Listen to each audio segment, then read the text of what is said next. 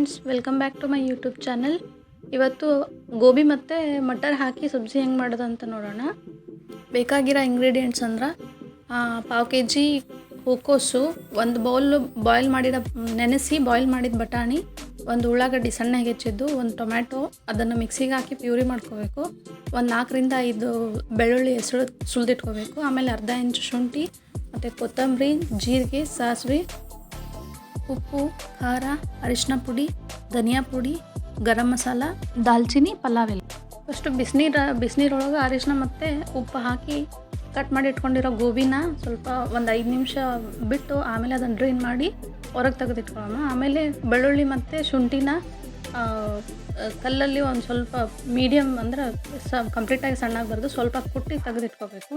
ಆಮೇಲೆ ಕಡಾಯಿ ಬಿಸಿ ಮಾಡೋಕ್ಕಿಟ್ಟು ಅದ್ರಾಗ ಸ್ವಲ್ಪ ಆಯಿಲ್ ಹಾಕಿ ಕಾದಿರೋ ಎಣ್ಣೆಗೆ ಒಂದು ಪಲಾವ್ ಎಲೆ, ಚಕ್ಕೆ, ಆಮೇಲೆ ಜೀರಿಗೆ ಹಾಕಿ ಫ್ರೈ ಮಾಡಬೇಕು. ಆಮೇಲೆ ಉಳ್ಳಾಗಡ್ಡೆ ಹಾಕಿ ಅದನ್ನು ಫ್ರೈ ಮಾಡ್ಕೋಬೇಕು.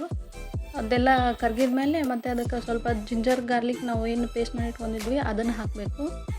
ಹಾಕಿ ಅದು ತಳ ಹಿಡಿಯಲಾರ್ದಂಗೆ ನೀಟಾಗಿ ಮಿಕ್ಸ್ ಮಾಡ್ತಾ ಇರಬೇಕು.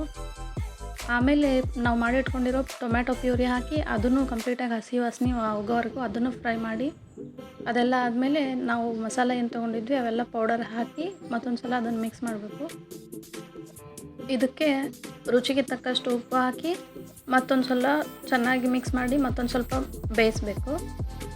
ಅದಕ್ಕೆ ನಾವು ಕುದಿಸಿಟ್ಕೊಂಡಿರೋ ಬಟಾಣಿ ಹಾಕಿ ಮತ್ತೊಂದು ಸಲ ಮಿಕ್ಸ್ ಮಾಡಿ, ಆಮೇಲೆ ನಾವು ಏನು ಡ್ರೈನ್ ಮಾಡಿ ಇಟ್ಕೊಂಡಿದ್ವಲ್ಲ ಗೋಬಿ ಮತ್ತು ಮಟರ್ ಎರಡೂ ಮಿಕ್ಸ್ ಮಾಡಿ ಅದು ಕುದಿಯೋ ಸಲುವಾಗಿ ಒಂದು ಸ್ವಲ್ಪ ಅಂದರೆ ಒಂದು ಅರ್ಧ ಕಪ್ ನೀರು ಹಾಕಬೇಕು. ನೀರು ಹಾಕಿ ಮಿಕ್ಸ್ ಮಾಡಿ ಒಂದು 5 ನಿಮಿಷ ಬಿಡಬೇಕು.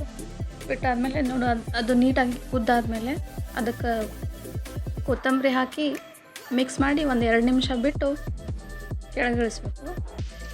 ಈಗ ರೆಡಿ ಆಯಿತು ಗೋಬಿ ಮಟರ್ ಸಬ್ಜಿ. ಇದು ಚಪಾತಿ ಮತ್ತು ರೊಟ್ಟಿ ಜೊತೆ ಭಾಳ ಟೇಸ್ಟಿಯಾಗಿರುತ್ತೆ. ನೀವು ಮಾಡಿ ನೋಡಿರಿ. ಇಷ್ಟ ಆದರೆ ಲೈಕ್ ಮಾಡಿರಿ, ಶೇರ್ ಮಾಡಿರಿ, ಸಬ್ಸ್ಕ್ರೈಬ್ ಮಾಡಿರಿ. Thank you for watching.